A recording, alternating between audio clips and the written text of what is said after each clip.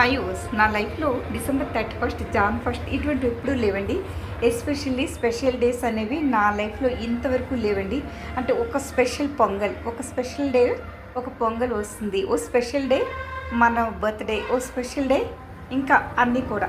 కానీ నా లైఫ్లో అటువంటివి ఏవి లేవండి. ప్రతిరోజు నాకు స్పెషల్ డేనండి.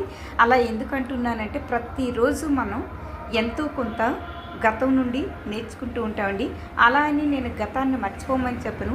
గతాన్ని మర్చిపోవడం అంత ఈజీ కాదు. కాబట్టి మనం గతంలో నేర్చుకున్న పాఠాలు, అంటే మనం గతంలో ఎన్నో ఒడిదుడుకుల నుంచి వస్తూ ఉంటామండి. వాటన్నిటి నుండి కూడా మనం లెసన్స్ నేర్చుకొని మన ఫ్యూచర్ ప్లాన్ చేసుకోవాలి తప్పితే అప్పుడు మన లైఫ్ ఉజ్వల భవిష్యత్తు ఉంటుందండి మనకి మన లైఫ్లో.